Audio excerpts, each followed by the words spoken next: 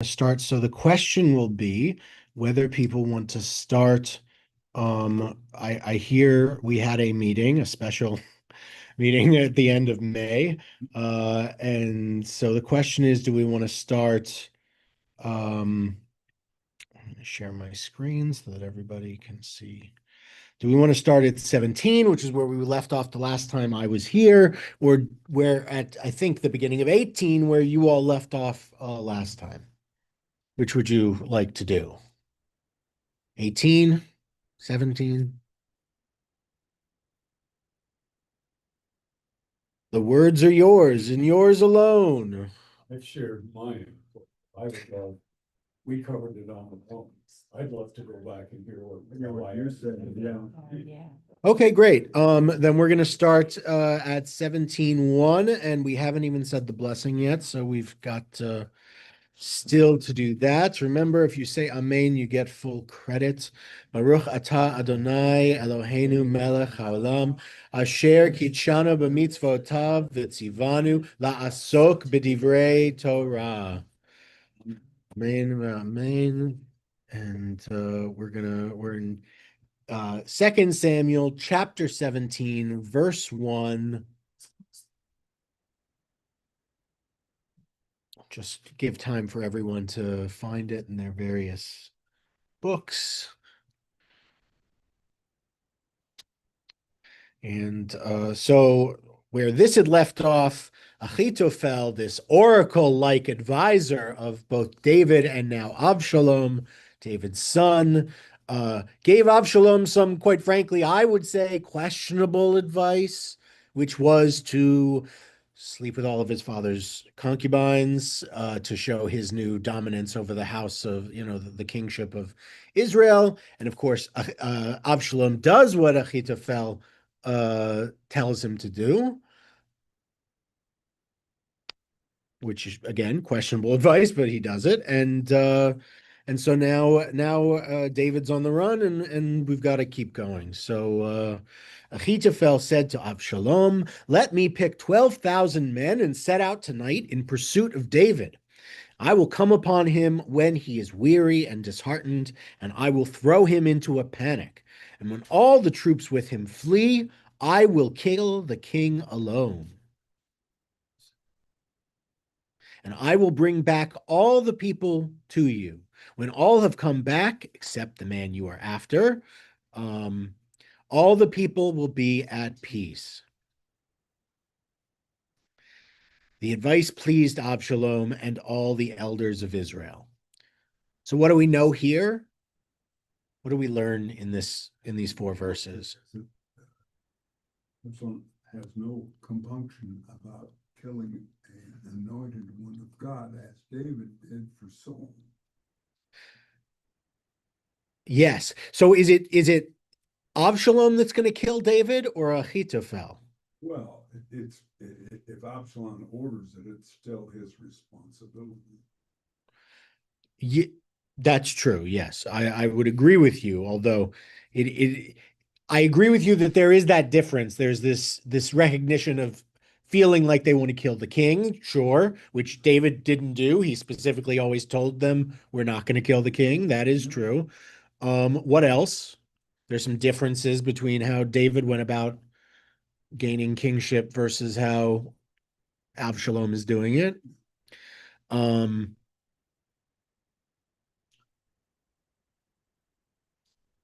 This is not just regicide, it's just patricide.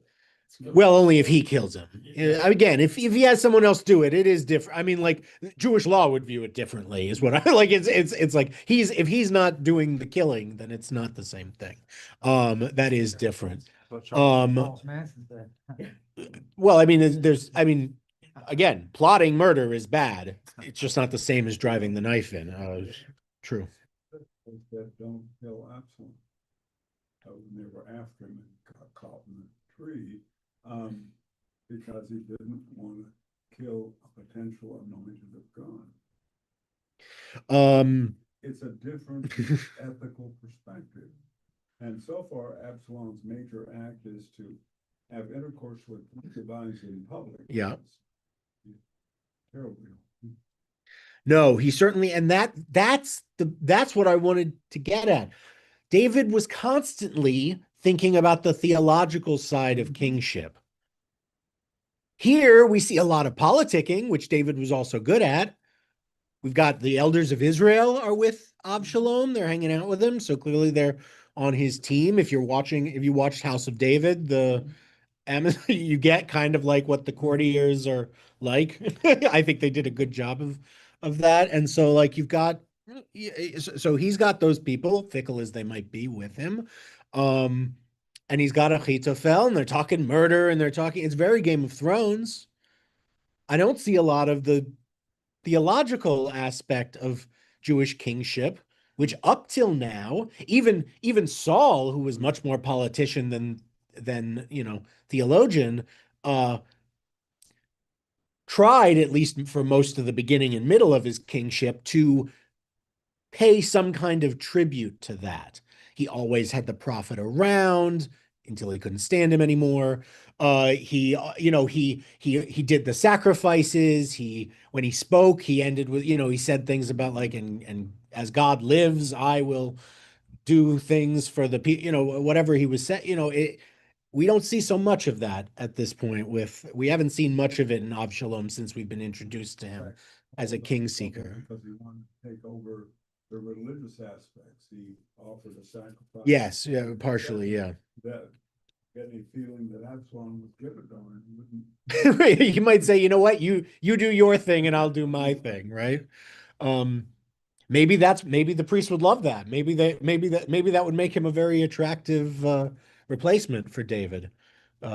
If you were to believe that power was their motivation. I'm not sure I'm convinced of that, but And along the lines of what you're saying too, we've been told how beautiful physically Absalom is and the magnificence sure, of his yeah. hair. It's this focus on personal narcissism rather than on God. Yeah, that whole family has that, right? I mean, because David was so pretty and his wives, I guess, were also, so all of his kids are very pretty. And they all seem to have this royal kid who is also very, like they're all, again, I haven't been watching Game of Thrones, so I don't know why I'm about to make my third reference this morning. But it's like Jamie Lannister or something. It's Prince Charming, but in Shrek, turned on its head. It's these they look like they should be paragons of virtue and religiosity and nobility because of their station and their whatever, but pretty much none of them are. None of David's kids really, very few of them, I should say, live up to that. You might get one that somehow somewhat lives up to it. But Um, you mentioned you do your thing, I'll do my thing, or something to that, if I'm paraphrasing what you said. sure, that might That's- be the But that's the kind of philosophy of today. What I do won't harm you. I can do my own thing, and but well, I'm not in this world to please you. I think I'm paraphrasing something I remember from the '70s. That was an idea. I mean, I I'm not sure that's what I'm. I think what I mean here is that I think the religious authorities would like to have separation of powers so that they can have their own domain over and not ever have the king interfere with what they But I think are about. That's what I think I meant when I said they were looking for you do your thing, I'll do my thing, not that the religious authorities were looking for people to do whatever like that is not at all what the religious authorities specifically don't want people to just do whatever they want. That's not I what think I'm that's saying. symptomatic of our time. Is what I'm saying. Well, that if that's symptomatic of our time, and I'm not saying I think it is, I'm just not. I'm just saying I'm not sure that that's that is the same as this. So, excuse me. Okay, so we have here, so we have some differences. Anyone else want to say anything about this before we move to this next thing? It was interesting Yeah. that talking about how like all of David's like whole family line seems to be like on the surface looks like they should be perfect and like really good leaders, and then they're not. And it's kind of like it at least seems to me like a striking difference to someone like Moses, who like on the surface seems like he shouldn't at all be good at what he is. And like he protests multiple times that he doesn't think Right. he is, but he turns out to be like, the most incredible. I Absolutely. think it's just And the underdog in some way, underdog isn't really what I would call Moses either, but like the unexpected emergence of virtue or leadership or birthright or whatever is a common theme from Isaac, supplanting his older brother to Jacob to supplanting his older brother Esau to Moses supplanting his older brother. Oh, excuse me, sorry. David would be Right. So, and also a pipsqueak, right? Sorry. Yeah, according to the house of one who was. Right, yeah. Right, exactly. So, and with Joseph, we saw the same thing. I mean, it's a really common theme that the right leader is often the one you didn't think would be ready for it. Which kind of is something we've found to be one of the human truisms that is why the Bible, whatever you want to call it, Torah, or whatever version of it, is so compelling to human beings. It seems to be true when we've looked at history as it's played out over history, that the best leaders have been those who didn't seek it so much as who The best man you for know. the job is the one who doesn't want it. Sometimes people believe that. Now, of course, we know that's not always true, right? You could find someone who lives in a hole and it's like, come be emperor of the world. And they'd be like, oh, I really shouldn't do that. And we'd be like, no, that's why you should do it. And it's like, no, that's dumb. Don't do that. That person doesn't like, don't do that. Obviously, don't go to that extreme. But like, yes, the Torah suggests that there are people that are often overlooked who are capable of more. They have King Arthur pulling the sword from the stone. That's more the hero's journey, right? Isn't that- Well, just that tale of King Arthur pulling. I'm not really familiar. I'm not extremely familiar with the legend. The sword from the stone, he was the one and so he became king. And did he do it because he was weak and small? Was He that small and little, and he was set back to get a sword. okay? And okay, great. Saw him in the stone, pulled it out, and he was. Very cool. I'm very glad the English have mythology as well. From ours. called Truth. Abraham Lincoln came from a poor family. He Yeah. was not educated formally. I remember, yeah. He studied the King James Version of the Bible and Shakespeare, which is why his English is so Yeah. good. But that's the thing. He was a good speaker. He was tall when he was young. He was handsome before he got gaunt. So he's not who I'm talking about, for the record. Just being poor isn't what I'm talking. Like it's more than that. There's an archetype. We're talking about an archetype. It's a whole collection of traits that are embodied by a person, not just a trait makes you. It's a little more complicated. Anyway. Okay, so we'll move to verse 5. But Avshalom said, so again, the advice, Avshalom and the elders of Israel liked the advice that Ahithophel would go and kill David when they'd go and attack them in the night while they're on the run, and it would throw them into a panic, and he'd go and kill David, and then all their people would turn to Avshalom, and he'd bring them back, and it would be a big victory. And they were great with that, but Avshalom said, summon Hushai the Archite as well, so we can hear what he too has to say. Hushai came to Avshalom, and Avshalom said to him, here, hold on, I do want to open this up so I can. Right? So Hushai came to Avshalom, and Avshalom said to him, this is what Ahithophel has advised. Shall we follow his advice? If not, what do you say? Which, I don't know, if I were Ahithophel, I'd be like, I thought I was the oracle guy. And now you're like, you didn't wait, hold on. You didn't second guess the concubine thing, but this is where you're like, oh, I need a second opinion. Okay, interesting guy, that Avshalom. Hushai said to Avshalom, this time the advice that Ahithophel has given is not good. Right? He doesn't want to say, right? He's like, oh, he's a really smart guy. We don't want to say that he's, but this time, not so much. This is a bad move, right? Hushai continued, that your father and his men are courageous fighters, and they are as desperate as a bear in the wild, robbed of her whelps. Your father is an experienced soldier, and he will not spend the night with the troops. That's not exactly what that's a bad translation of that. uh, what that means is he and the troops won't sleep at the same time. In other words, they're going to be like, these are experienced soldiers. They will have established watches. They'll be ready for a nighttime attack. He's not going to be asleep, and parts of his men won't be either throughout the night. You won't be able to get the drop on them, is what he's saying. Not he's going to sleep 10 meters away from them or something like that. That's not what it means.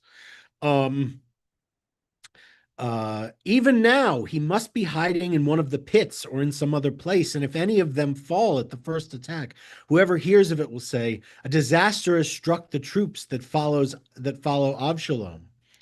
Um, and even if he is a warrior with the heart of a lion, he will be shaken. For all Israel knows that your father and the soldiers with him are courageous fighters. So I advise that all Israel from Dan to Beersheba, as numerous as the sands of the sea, be called up to join you, and that you yourself march into battle. When we come upon him in whatever place he may be, we'll descend on him as thick as dew falling on the ground, and no one will survive, neither he nor any of the men with him. And if he withdraws into a city, all Israel will bring ropes to that city and drag its stones as far as the riverbed, until not even a pebble of it is left. Avshalom and all of Israel's force agreed that the advice of Hushai the Archite was better than that of Achitophel. God had decreed that Achitophel's sound advice be nullified in order that God might bring ruin upon Avshalom. That's a fun editorial note at the end there for you. You can actually even see how they, in the Hebrew, where they're notating that this is an end of a sugya, like of a thought, and then this one line is the end of a whole nother one. That whole story was one, and then this editorial note is just one more before we go on to the next thought. So yeah, this is how you know this is basically just an editorial note. So you know that like behind the scenes what's going on here. So what does our friend, and what do you think of the two different advices? What do you think is the better advice? You've got Ahitophel who says, let's go tonight. Let's chase him while he's on the run. I'll take an elite corps of people. We'll do a sneak attack while they're, running and demoralized, and I'll kill him, and this will be over.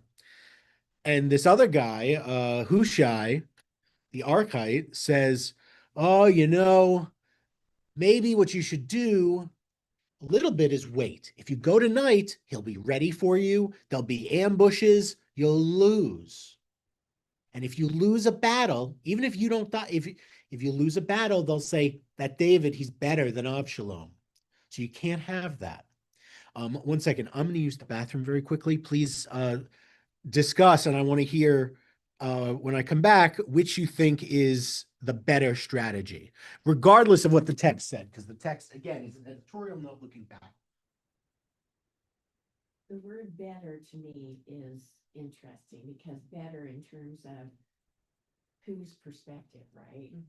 Because I would say the better way to go is the one that harms the less people, but I'm not sure that the folks in the story would agree that better, maybe they have a political agenda that.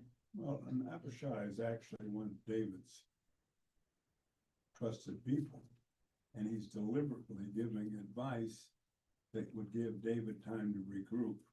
Yeah, like I think from Absalom's perspective, it's from, if you're trying to kill David specifically, Ahithophel is the better option, just because like Hushai is suggesting outright warfare, he clarifies I think the main difference at least is that he like the point that like no one will survive, neither him or any of the men with him, like he's calling for an all-out slaughter, which gives which is different from trying to assassinate one person in the middle of the night, like discreetly without, because Ahithophel emphasizes distracting the troops or panicking the troops. So like it's better strategically to not be in an all-out combat kind of thing.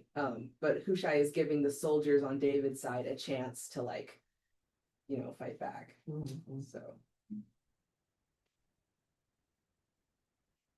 So you'd say Ahithophel's advice would be probably the more Yeah. effective. I mean, if we're trying to kill David, then that's the better option. And that is but- his goal, kill Right. David and then you're king. Yeah, yeah.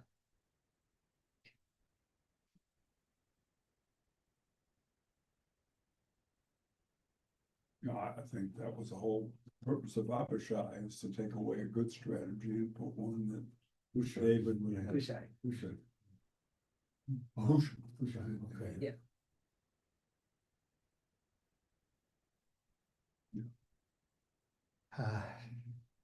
My comment says, on the human level, it was Hushai's outstanding rhetorical skill and psychological insight that achieved the rejection of Ahithophel's plan. Mhm. Yeah, he definitely does a good job drawing on his past experience of serving under David to like serve his rhetorical purposes. Ahithophel doesn't really have that same like strength behind his words because he's just pitching pure strategy. But Hushai is playing on Absalom's understanding of who David is as a person and who David's like Mhm. soldiers are like as people. My impression is David took people who had been combat veterans and knew what it was about. Yeah. And that Absalom did not have yet an organized army. And it makes a difference. Yeah.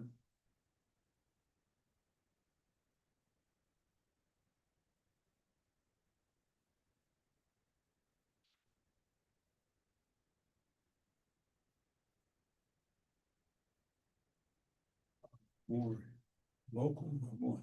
Yes, the rabbi can't go to Israel, the airport should close. Oh yeah. Everything shut down.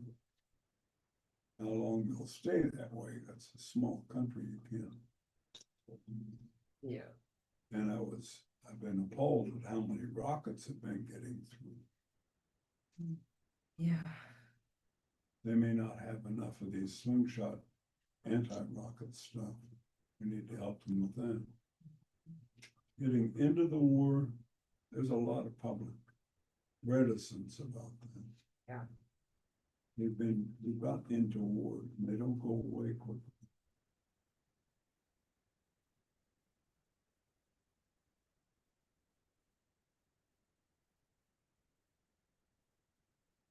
There is a precedent of South Africa that was told you gotta get rid of your weapons, and they did, and they don't have it. If Iran would agree to it, and they could get inspectors in, that would stop their program. Yeah, this wouldn't have been an issue if Iran was just agreeable from the Well, outset, but Again, if you assume your enemy is intractable and terrible, they're not gonna deal with it. yeah. And the Iranian people actually are quite pro-Western. Oh, yeah. Yeah, they're cultural, And I guarantee you, when you bomb a people, you make them more galvanized, intact with yes. their regime. It happens Right. all the time. Yeah. I've Okay. definitely seen a lot of Iranian people, both in and outside of Iran, talking about how like they hate the war, but they hate the regime more. So like, you Yeah. know, it's really complicated right now. Well, I wish they could broker a ceasefire and get the UN to come in and look at all this stuff. Of course, Netanyahu already, well, they won't be able to stop it. On the other side of that, when you are saying, I think there are times when you hate war, hate killing. Yeah. And I think there are times when you have to act, and this is one of them. Appeasement doesn't work. Iran has not been honest, it's not reliable. I'm not in favor of going in and wiping out all the citizenry, but I think we can eliminate the nuclear facilities, and I think we should. And I think it's pathetic in a way that Trump is posturing and saying, maybe I will, maybe I won't. Yeah. The whole world has to wait upon my word and my decisions. I think this is one of those times that needs to be. He Well, I always think makes it you're about gonna- himself. I think that's what Always. Trump is gonna do. However, his major ally, Putin, doesn't want it because he's an ally of Iran. Iran, yeah.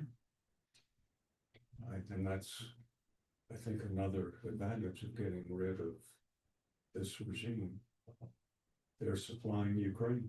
No, with all I the understand, drugs, I understand that. And they've been supplying all the other people that have been fighting it. I disagree with Trump there too. I think we need to be strong backers of Ukraine. Oh, Yeah, totally. absolutely. I've been so frustrated seeing the way they've been treating Zelensky. Like, I can't stand it. Like the interview that they, like the conversation they had with Vance there also, I was just like, I can't believe this. Like, it was so infuriating. It's backwards. Yeah. It's upside Yeah. down. When we were talking about the pretty people back here, you know, David and his family, I was thinking about the Trumps. Yeah. Because on the outside, they're all, you know, nice looking people and they're all, you know, dressed gorgeously but on the inside, you know. And one thing this shows is that we are very much of a tribal people when we do these things. Hey, what I miss?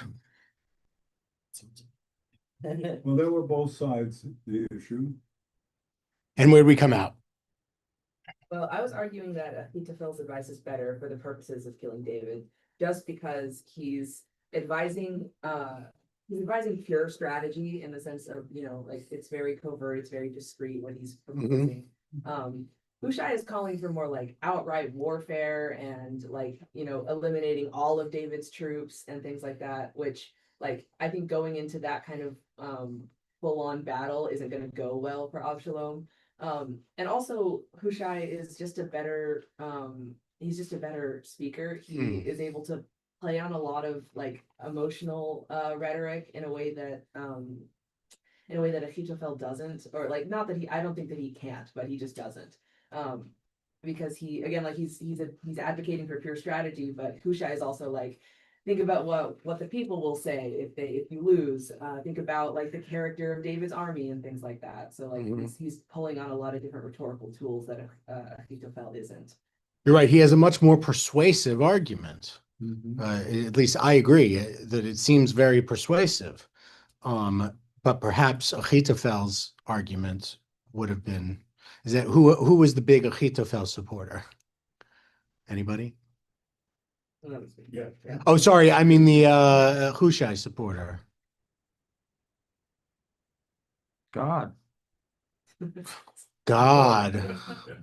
I I tend to disagree. I mean, it was indirectly. yeah, so it was- God it was- wanted them to it pick was Hushai. protect- I it was agree. protecting Yes. David. Yes, you're right. That is you're right.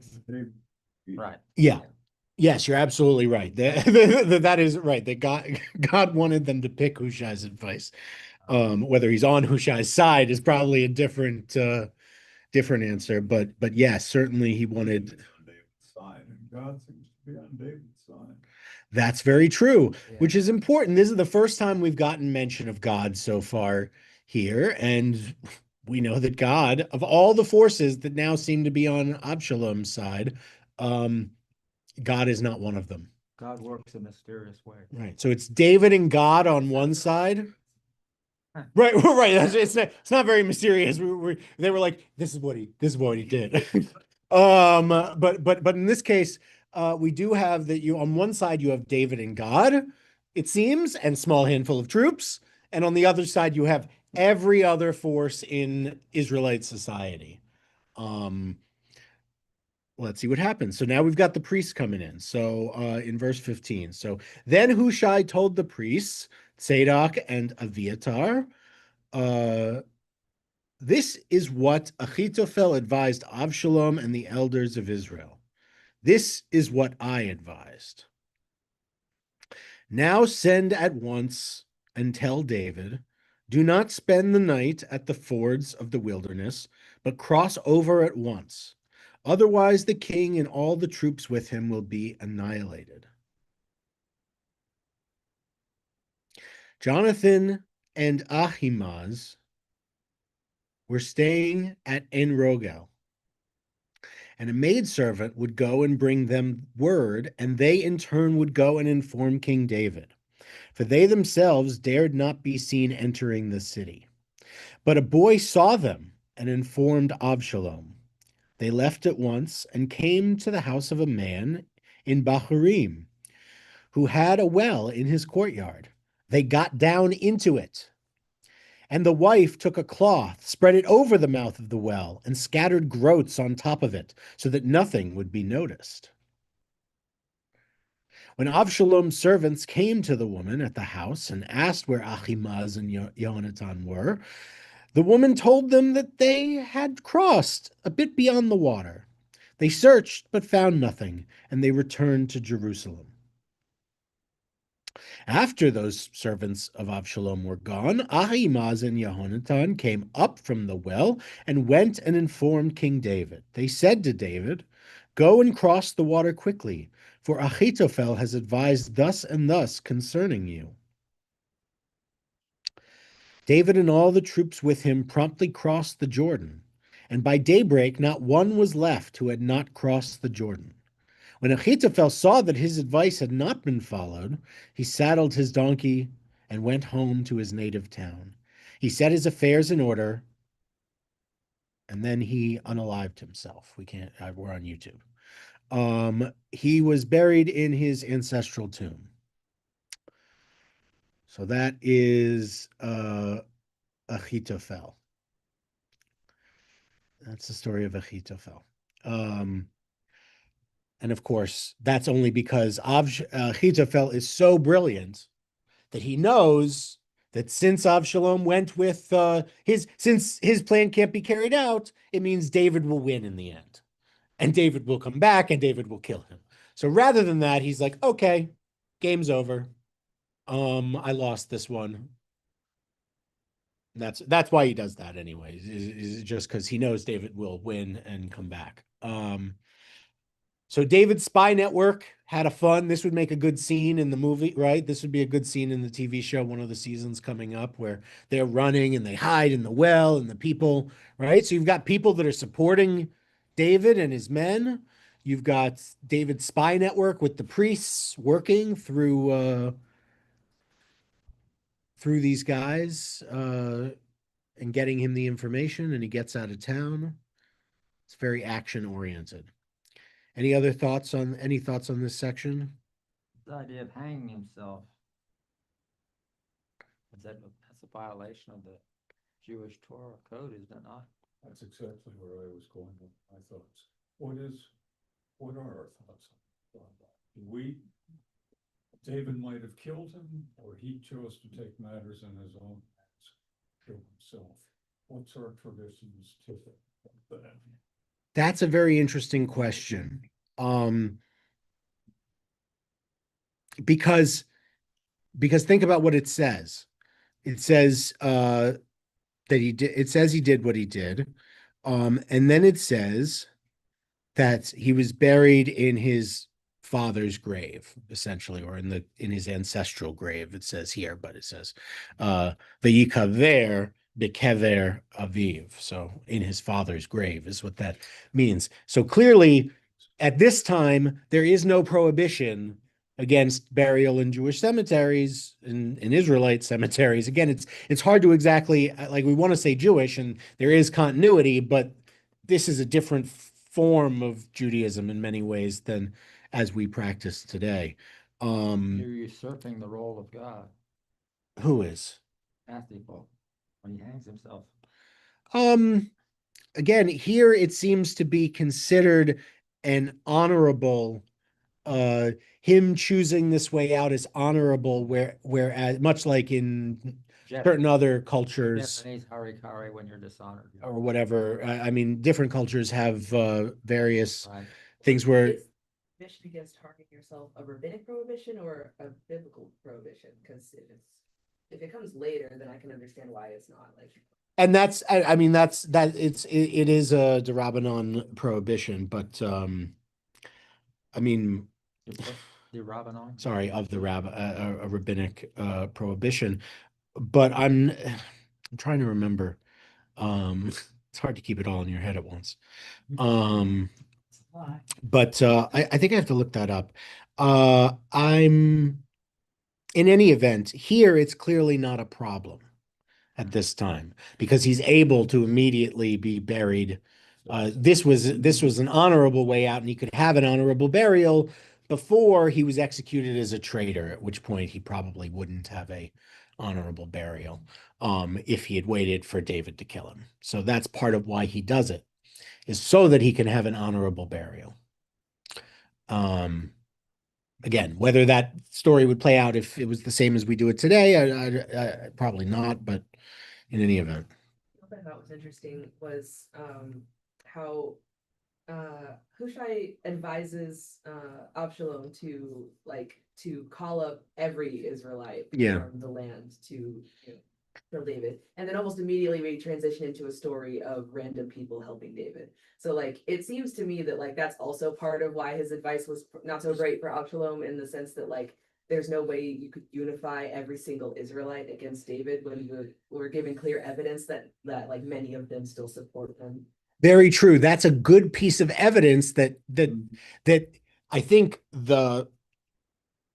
as it's written, you would hopefully pick up on even early, even in the last section, when the advice is given that, okay, well, it seems like good advice to say, yeah, get a real coalition together, wait, get everybody.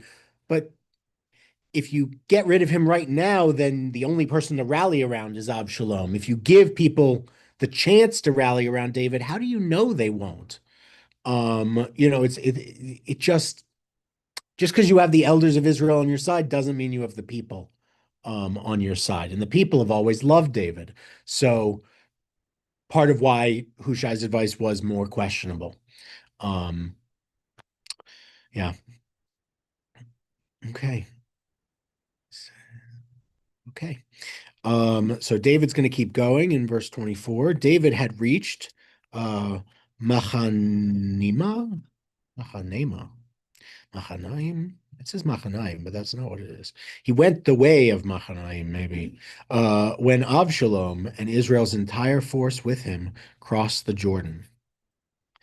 Avshalom had appointed Amasa, army commander, in place of Yoav. Amasa was the son of a man named Itra, the Israelite. Itra, a Yisraeli. Who had married Abigail, daughter of Nachash and sister of Yoav's mother, Zeruiah. Wow, that is a whole line of thing there. But in any event, yeah. So Amasa was the nephew of David's sister. And since he was a military guy anyway, that's how he got put in charge, right? So he's in the family, he's related to everybody. And he's also related to Yoav. The Israelites and Absalom encamped in the district of Gilead. When David reached Mahanaim, Shovi, son of Nachash from Rabatamon, Machir, son of Amiel from Lo-Devar, and Barzillai, the Gileadite from Rogelim. They all got there. It doesn't say they arrived. They're here. They presented couches, basins, and earthenware.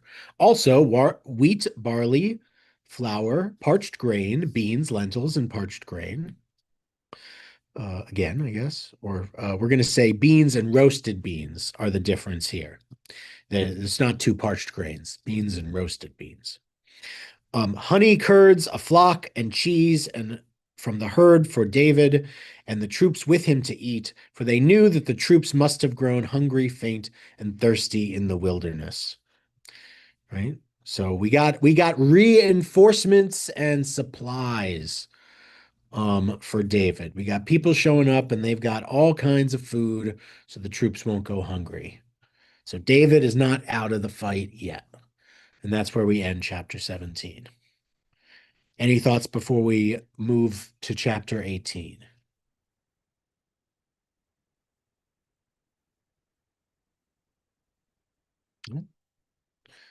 Let us show that there are people very strongly in favor of David. More and more, yes, we get more and more example that he's got allies. And I'm also struck by the attempt to make this very clear historicity. In fact, here are the names of the people who gave him the food. Right, yes, sure. We want to certainly make note of them. And also you note some of the things like they're related to some of the other people you just heard about. Son of Nachash, right? So like we've got one of the like you've got a son of Nachash that just gave aid to David, and what was the other guy that uh Amasa, who's now running Absalom's army. His mom is also a daughter of Nachash. You got full like Civil War brothers on both sides, right? Like this is one family where we've gotten the same chapter. One guy is the head of the army for Avshalom, and the other guy is a smuggler bringing supplies to David's camp.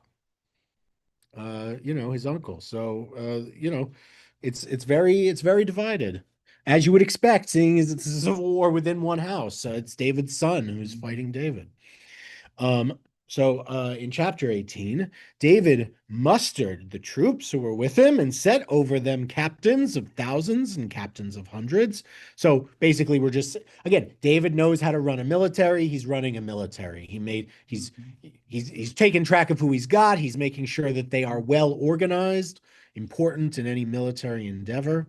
David sent out the troops, 1/3 under the command of Joab, 1/3 under the command of Joab's brother Avishai, son of Zeruiah, and 1/3 under the command of Ittai the Gittite. And David said to the troops, I myself will march out with you. But the troops replied, No, for if some of us flee, the rest will not be concerned about us. Even if half of us should die, the others will not be concerned about us. But you are worth 10,000 of us.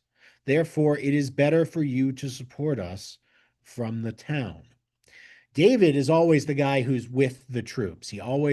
Except, remember, he stopped going out with the troops that's why he had the trouble with Bathsheba on the route, because he wasn't out with the troops when they were campaigning.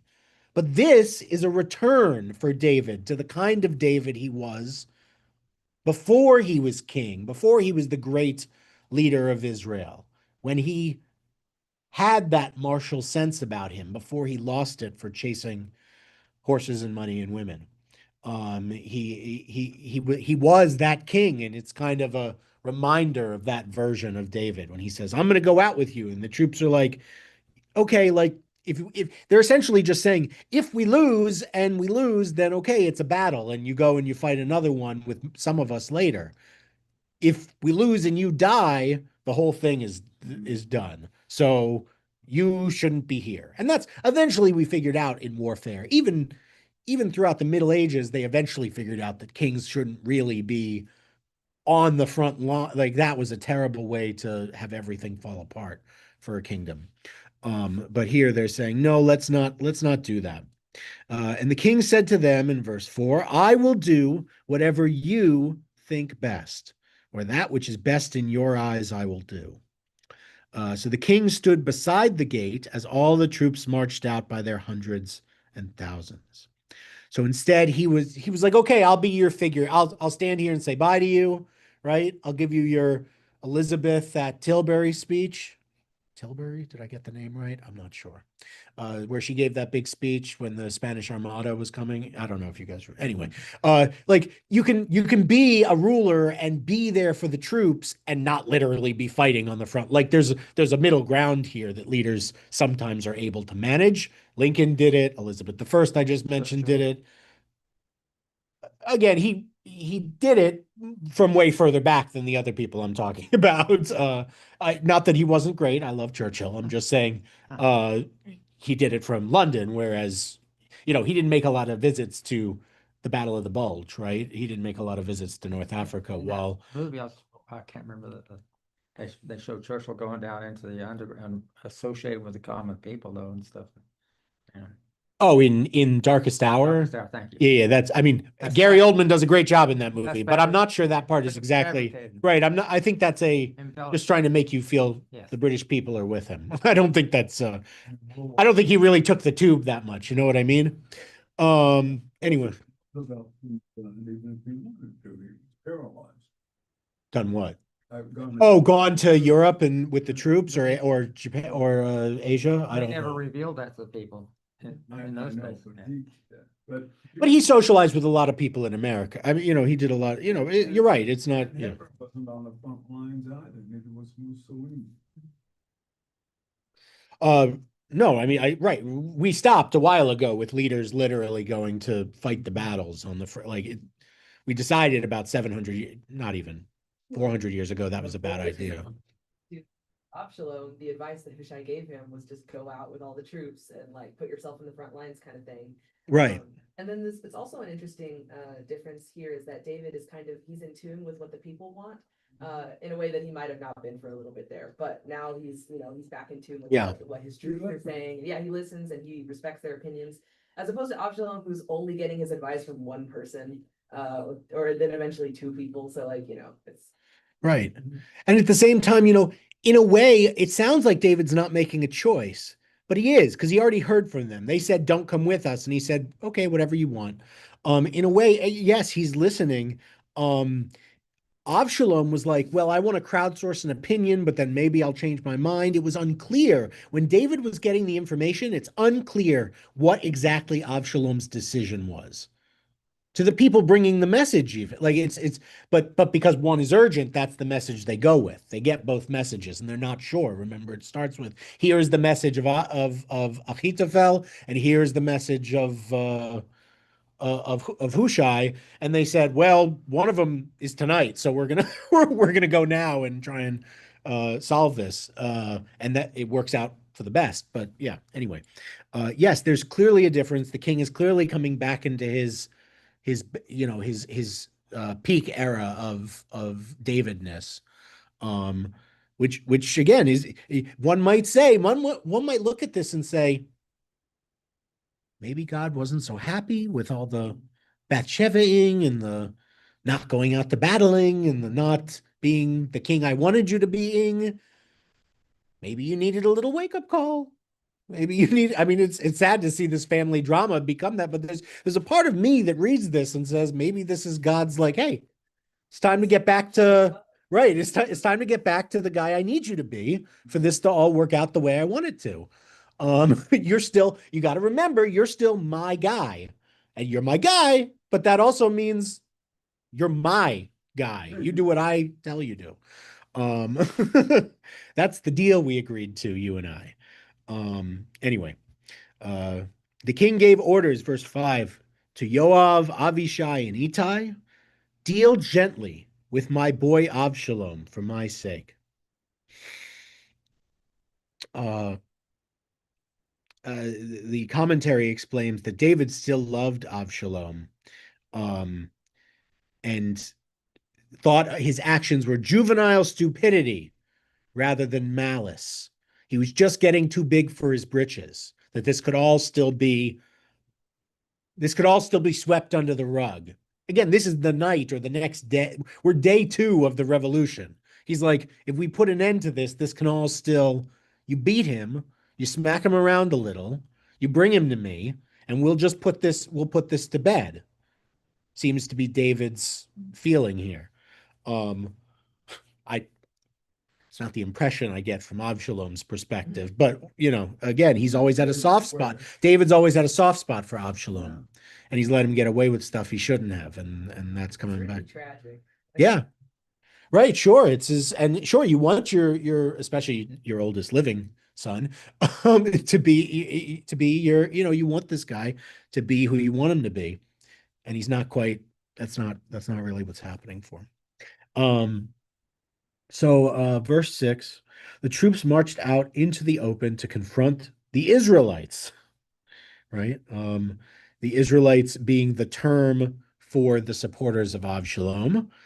And the battle was fought in the forests of Ephraim, east of the Jordan River. The Israelite troops were routed by David's followers, and a great slaughter took place there that day. 20,000 men. Right. The commentary explains there's a lot of reasons for this, which shouldn't be surprising to you, even though Absalom had more men. David's troops had a lot more experience, and David's troops were fighting a battle for survival. Well, they're with the exiled king. If he goes, they go. Whereas everyone knows if David wins, everyone feels if David wins, I mean, he'll still need to be the king. So some of these people will be spared for just being soldiers in the army. So it's not as necessary that they win. The battle spread out over that whole region, and the forest devoured more troops that day than the sword. Many men were killed by running into trees and other hazards, such as falling into pits, which I don't know. I feel like Monty Python should have made a battle, should have made an episode where this was a battle in it, where they're just like, but it turned out the forest was more like they swing at each other and miss and then fall into a hole. And like, that's how they like, there's just something somewhat, I'm sorry, there's something comical about like the idea that they fought this battle, but like somehow more dangerous than each other was the land of Israel, was the land. Well, it's a foreshadowing also of Absalom being caught in a tree. Again, that's what killed him. Right. Spoiler alert, my guy. Were these pits though just there, or did David's troops dig? That's a good question. Are these earthworks like in the sense of military preparations? You're right, they very well could be. I don't think so. I think in this case, I think it's I think they mean these are natural, but certainly if anyone would have known to do it, it would have been David's troops. They were the most experienced that there were. Too, more, Yeah. especially if you have, zealotry, you can push the example. Well, if they lost, they were dead for sure. Right. And now we get to this next verse, 9. Sorry, we want to finish this bit. Absalom encountered some of David's followers. Absalom was riding on a mule, and as the mule passed under the tangled branches of a great terebinth, his hair got caught in the terebinth. He was held between heaven and earth as the mule under him kept going. So again, there's a little bit comical about this. This is like he's riding, it's already low. He's on a mule, not even a horse. He's riding on a donkey and he's going through and the trees are real low and his hair gets caught in it. And suddenly he's like, I'm gone. And the donkey just keeps going. He's like, no, wait for me. Like it's a little funny. It's right. It's symbolic in that, he had this abundant luxuriant hair. Right. Yes. And he had this prideful attitude. My commentary says, who used to grow his hair and weigh it every year is caught by his hair, indicating that his pride is his undoing. Yeah. That's an interesting perspective. I think Christianity, if I may that say is, so, yeah. Christianity stresses the transgression of sin being the major sin. Judaism aligned with that? Well, no, we don't think about sin in the same way Christianity does. Christianity does emphasize sins, specifically certain ones, including pride, that are very important in in theology. But for Judaism, certainly those are sin. That's a sin. But the way we engage with sins is a little different. We kind of accept that everybody sins, and we make daily repentance for sinning, because we all do that. It's something everybody does. It's something that's almost unavoidable in human life. What's important is, especially there are different levels of sin, and for major sins, what's important is the teshuvah process of repentance and making the other person or God or yourself, depending on who you're sinning against, whole in that teshuvah process. To defend Absalom. Sure, go for it. I don't think he's aware of his arrogance and pride. I don't think he's aware. He grew up as the prince, and I think it's one of those. It might be hard for him not to be a little arrogant in things. This is right. He has a bit of that, right? Like he had a very different life than the rest of Israel. So Isn't Proverbs that says pride cometh before a fall? I'm sure it sounds like something in Proverbs. I can't give you the I'm chapter the and verse, but Proverbs. yeah. But yeah, no, we definitely are not big fans of yeah, abundant pride and belief over confidence is certainly a downfall for many figures in the Torah. That Absalom has is self-righteousness, like in the sense that he always feels like he's doing the right thing and he's being treated unjustly for the things that he's doing. And I think in some ways he was treated unjustly for the I forget her name, but avenging his sister. Yeah. I think in that sense he was treated unjustly for that episode. But everything that followed after, I think, is definitely Where he was exiled Oh, for self-righteousness is a byproduct of pride. well, sure, They're- but like specific. right. He was the In some case, king, so. well,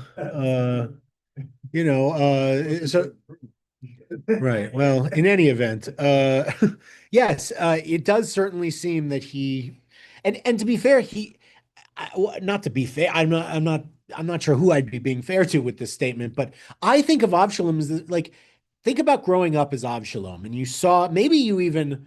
What I just think about what would make this the most tragic Hollywood worthy story, and like, what if he grew up and David was his hero? Not David as David existed as his dad, but the David he heard about from Yoav and from David's compatriots, the David that a man of faith and righteousness that wouldn't kill Saul because that wasn't what a king should do, and wouldn't fight dishonorably, and like this biblical figure that doesn't reflect the man he sees on a day-to-day basis, and he grows up saying, "What if I became?" Now this is all midrash. I'm improvising for you, but this is my interpretation of the man. What if I became the man my father was and failed to be?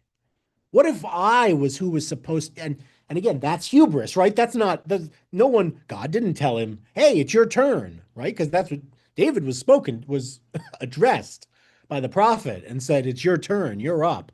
Absalom didn't get that, but still what if he has this kind of complex with David, which might in some ways be a nice mirror to David's clear psychological preoccupation with Absalom, and all that he wants Absalom to be, and his love for Absalom, even though obviously Absalom is now not. This is not an act of love but in some ways maybe it's an act of feeling abandoned or love curdling, almost like his love for his father being warped into something uh corrupted, and you know he no longer appreciates.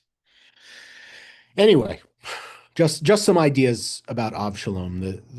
Anyway, Avshalom is hanging now by his hair in this tree, and one of the men turns around. He's standing watch. He looks to the left and he goes, "Huh." He he goes, I need to go speak to someone. He goes to Yoav, the head general, and he says, I just saw Avshalom hanging from a tree over there.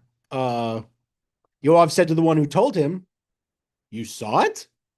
Why didn't you kill him then and there? I would have owed you 10 shekels of silver and a belt. I guess a belt being an important, that I really can't explain as a reward. I wish I could. 10 shekels of silver is a lot of money, though. But the man answered Yoav, even if I had 1,000 shekels of silver in my hands, I would not raise a hand against the king's son. For the king charged you and Avishai and Ittai in our hearing. Watch over my boy Absalom for my sake. If I betrayed myself, and nothing is hidden from the king, you would have stood aloof. Right? Ooh, this is the smartest foot soldier I've ever encountered in the history of the Torah. Right? Because what's happening here? Yoav was told by David, spare him. This guy's like, hey, I saw Yoav. I saw Avshalom. And Yoav says, you should have killed that guy immediately. It's like, there was an order. I heard it. You were there. Like he told you specifically, you're not supposed to kill him. And if I killed him, you would have said, hey, by the way, sorry about us killing him. This guy's the one who did it. and you would have made an example of me. Like I know who I'm just some peon. You're not putting this on me. You want to kill him, you do it, right? He's very astute, this foot soldier, to know what happens to to people who take initiative in the biblical period who aren't named characters. Uh, this is a red shirt if you're a Star Trek aficionado, and he says, I'm not falling for it. You can deal with it." Um, okay, so verse 14, then Yoav replies, he said, uh, it's funny here. Here it says, "Then I will not wait for you." Does anyone else have a different translation? The footnote says, therefore I will begin before you. Yeah, that's another translation. Another interpretation of it is not right that I implore you. I'm seeing that Steinsaltz used here, or it is that I should go before you, but what that means is that you're right. It shouldn't be you. It should be me.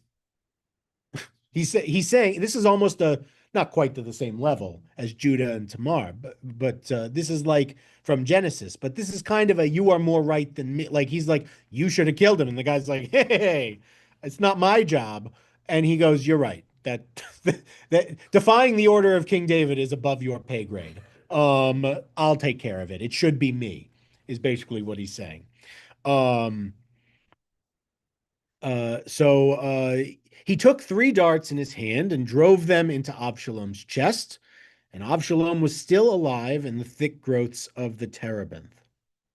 When 10 of Joab's young arms bearers closed in and struck at Absalom until he died. So what was happening? He was there, and so he couldn't even fight them when he was doing it. He hit him with a couple darts. I don't know if that's like with a slingshot or whether that's a blow dart thing. I don't really know what he's doing. He hits him a couple times to weaken him, and then the guys come in from all sides and just go and stab. Just there's no need for anyone to get hurt. It can be a real simple procedure. That's what he's looking. Yoav is like a super organized guy. Remember, he is the general of all.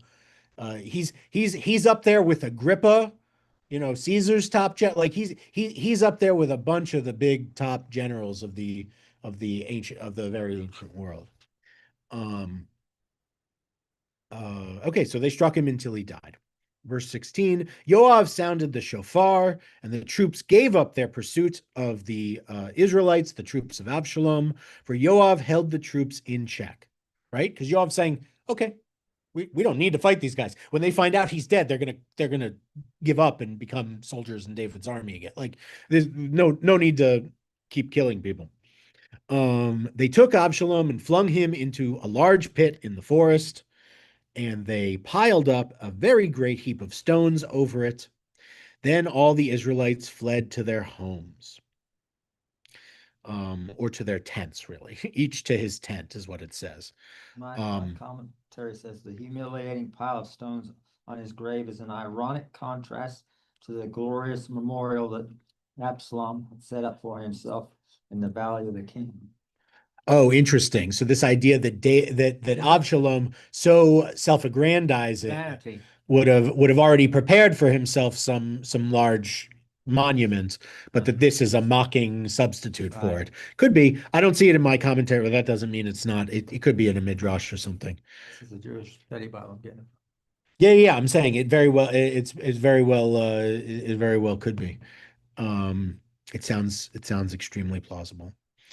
And then just to finish this section off, now Avshalom in his lifetime had taken the pillar that is in the Valley of the King, here's this part, yeah, and set it up for himself, for he said, I have no son to keep my name alive. He had named the pillar after himself, and it has been called Avshalom's monument to this day. Where's the Valley of the King? I can look that up. It's one of the valleys off of Jerusalem, where like the Mount of Olives is is in one of the valleys that's a graveyard. It's one of those valleys. It may in fact be it may be the side of the Mount of Olives. At that time, that's what that may have been. Now, of course, it's been another couple thousand years, so a lot of other people have been buried there that aren't kings or whatnot. Isn't that where in Egypt, the pharaohs were buried in the Valley of the King? Well, they had their own like Valley of the Kings. It was much bigger valley in Egypt than the one that in Jerusalem. But they had huge. They still have big monuments built into the for their Valley of the Kings. This was not the same kind of but this is actually it may be an example to remember that it's him kind of being Egyptian like in that way, just that he's building for himself some large monument. We didn't see any of the other leaders of Israel ever build for themselves some kind of death monument. And he said, because I don't have any sons, but he did have three. So I don't really know why he said that. He's like, I have no sons after me. Maybe he somehow knew that they wouldn't succeed him as king. I don't know. To me, it's But yeah. compounding that sense of vanity and pride again. Significance, Rabbi, to the fact that this civil war, this huge slaughter occurs east of the Jordan, outside of Judea and Samaria? To the biblical text, no, because they're going to make, I mean, the land under Solomon is going to get even to it. The land under David and Solomon is big, way bigger than it is today. So like if you're using, not that you, but like sometimes people will take today's borders of Israel and say, well, something happened outside of this in the Bible, not quite remembering always that the borders of the biblical land of Israel and the kingdoms of Israel are slightly different than the borders of modern day state of Israel. It pretty much always included the east bank of the Jordan River, much of the current country of Jordan. Often it contained, and under David and then Solomon, it went all the way up to Damascus, which is Syria, and parts of Lebanon, and obviously down through Gaza, the Wadi Egypt. It actually usually never really got down to Aqaba and the red where Eilat is today, just because they didn't. There was no irrigation, like they weren't trying to live in the desert. There were other nomadic peoples that did that, but they weren't them. So the borders were a little different. So what does it mean that it happened there? Well, I don't know. It happened in Ephraim, where half of the tribe of Ephraim, as well as the tribe of Dan, God, sorry, yeah, God lived on that side. They told Moses they didn't want to live in they liked where they were. They built up some stuff. They wanted to do that. They had to be the vanguard, but then they came back and lived there. I don't know. I mean, there might be. We could go through the whole history and see if there's a tie-in. I think just generally this is part of Israel to the Bible.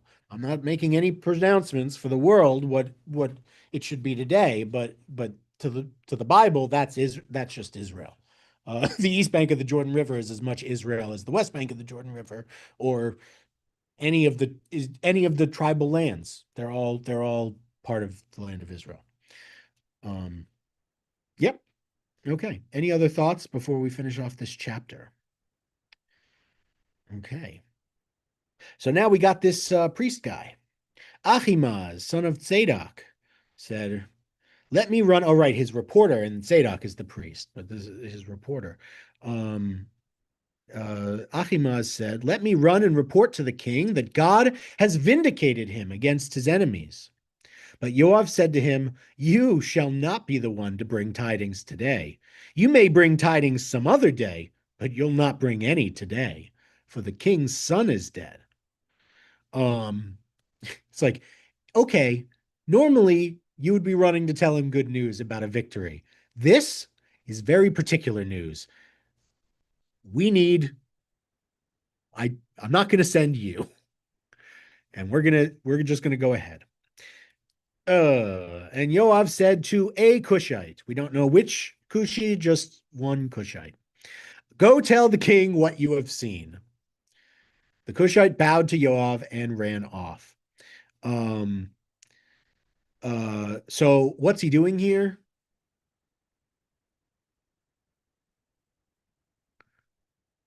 He pawning off responsibility onto some random person. Well, what did the other foot soldier that came and told Yoav about seeing Avshalom in the first place say about this whole situation? What did he, the very, very wise foot soldier, think would happen to the person who, let's say in this case, reported the news of the king's beloved son being murdered to the king? Yeah, Yoav thinks the guy who reports it is going to get killed. So he doesn't want Ahimaaz, who's too important, and is the son of one of the top priests, to be the one to report it. even though the guy is eager to do it, that's his job, and he's excited. He's like, "Oh, we won. We're here. God is with us. Let's do." He's like, "You can just chill. I'm going to send." And it's unfortunate. The commentary calls him a common soldier, but what is he called here? What is the a Cushite? And what's it? Right, an Ethiopian. A Cushite is an Ethiopian. So it's not a great look. I don't really know what else to say about it. He picks, to be fair, I mean, I wish he would have picked a Persian or any other of the, again, David had more than just Israelites in his army. He had a multi-ethnic army. And he had lots of loyal people who were Philistines and Cushites from all, and Arabs and, pre-Moabites and Ammonites. He had all these people from surrounding kingdoms who came to fight for him because he was this big figure and he'd always worked with other people well from his time working with the Philistines. And if you're an Israelite king who can work with Philistines, then everyone's pretty much willing to work, like you're seen as a pretty workable guy. But in this case, he's gonna do this. But Achimaat's son of Tzadok again says to Yoav, "No matter what, let me run too behind the Cushite." Yoav asked, "Why should you run, my boy, when you have no news worth telling?" Right? He's really trying to save this kid's life. He's like, no, why would you go anywhere? You really don't want to be in the room when this happens. Like, better you not. I am going to run anyway, Achimaat said. Then run, Yoav said. So Achimaat ran by the way of the plain, and he passed the Cushite. Cool. David was sitting between the two gates. The watchman on the roof of the gate walked over to the city wall. He looked up and saw a man running alone. The watchman called down and told the king, and the king said, "If he is alone, he has news to report," as he was coming nearer. Right. In other words, he's saying if we had lost the battle, it must be good news, because if we'd lost, a lot of people would be running. If there's only one guy, we must have won. So it must be good news. Again, David's seen the aftermath of a lot of battles. The guy from Marathon, ran from the battle. Yes. Right. Yes, exactly. Right. And he ran to report. Right. Yeah. But I mean, technically that could be a victory or a loss. Really, it could be a victory or a loss, but this is David, just like, maybe it's his wishful thinking. Who knows? Maybe he's, anyway. The idea of the marathon, 26 miles. Right. Yes, of course. Between the two. Absolutely. Right. So, the watchman called down and told the king, and the king said, right, his news report. As he was coming nearer, the watchman saw another man running, and he called out to the gatekeeper, "There is another man running alone." And the king said, "That one too brings news." But, if there were two, then there must be more news. The watchman said, "I can see that the first one runs like Ahimaaz, son of Tzadok." There wasn't TV back then, so the things people would remember are way different than the things we remember today. He didn't have any pop culture to remember, so instead he remembered what Ahimaaz runs like. And he says, "I can see that the first one runs like Ahimaaz, son of Tzadok," to which the king replied, "He is a good man, and he comes with good news." Ahimaaz called out and said to the king, "All is well." He bowed low with his face to the ground and said, "Praised be the eternal your God, who has delivered up those involved who raised their hand against my lord the king." The king asked, what's his first question obviously going to be? Is my boy Avshalom safe? And Ahimaaz answered, "I saw a large crowd when your majesty's servant Yoav was sending your servant off, but I don't know what it was about." So he's like, he gets there, he goes, "Uh-oh. I wanted to be here for the party that happened, not for the anger part, but I got here first." He doesn't know. I think he showed up and then heard Yoav's words in his head. Right, he's like, he goes, He's like, "Is "Oh, my no." boy Avshalom safe?" And the king is staring at you, and you go, "Uh-oh." Who knows? I mean, anything could have happened. I don't know. Suddenly, oh, you ran all the way here with nothing. You've got nothing to say then. What do you have to say then? I don't know. I got nothing, right? He just doesn't know what happened after. Right. He said, right. He says, we won, but I don't know the precise details of the victory. But good news is here. It's good news of unspecified nature. Right. And any of us would hear that and go, that's a really suspicious way to frame good news. I'm very suspicious now. And so David, David is a little suspicious as well. The king said, step aside and stand over there. Right? It is like he stepped aside and waited because the king goes, that's a really weird thing to say. There is not a single chance Yoav would have sent you here without details to tell me. So you know something and you're not telling me. Just then the Cushite came up, and the Cushite said, let my lord the king be informed that God has vindicated you today against all who rebelled against you. The king asked the Cushite, is my boy Avshalom safe? And the Cushite replied, may the enemies of my lord the king and all who rose against you to do you harm fare like that young man.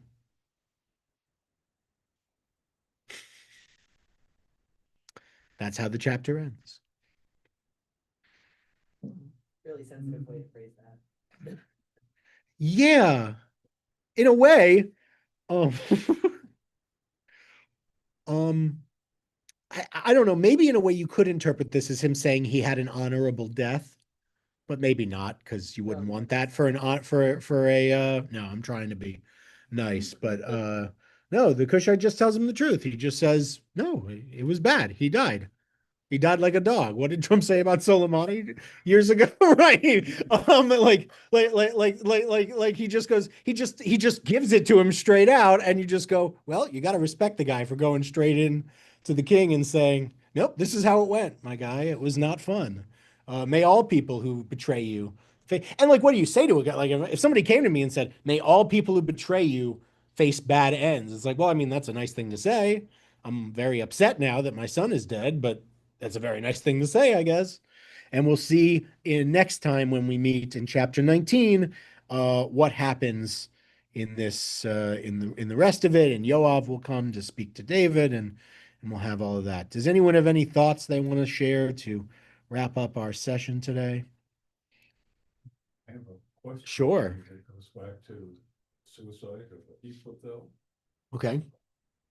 Today, yes, most of us doctors would have differing opinions on this. The idea of compassionate choice. Should you be able to end your life if you're faced with a lethal and a horrible suffering death? I'll talk about myself and then ask you a question. I feel very strongly that a doctor should not be the instrument of death. On the other hand, I also clearly understand why a person might want to make this choice. I can see a doctor giving a prescription and letting that person decide for themselves whether or not they take their lives. What does the tradition say about that? Are we to wait upon God's decision? Our lives are given to us by Him, or do we have the right, as the tradition sees it, to end our suffering, if there is suffering?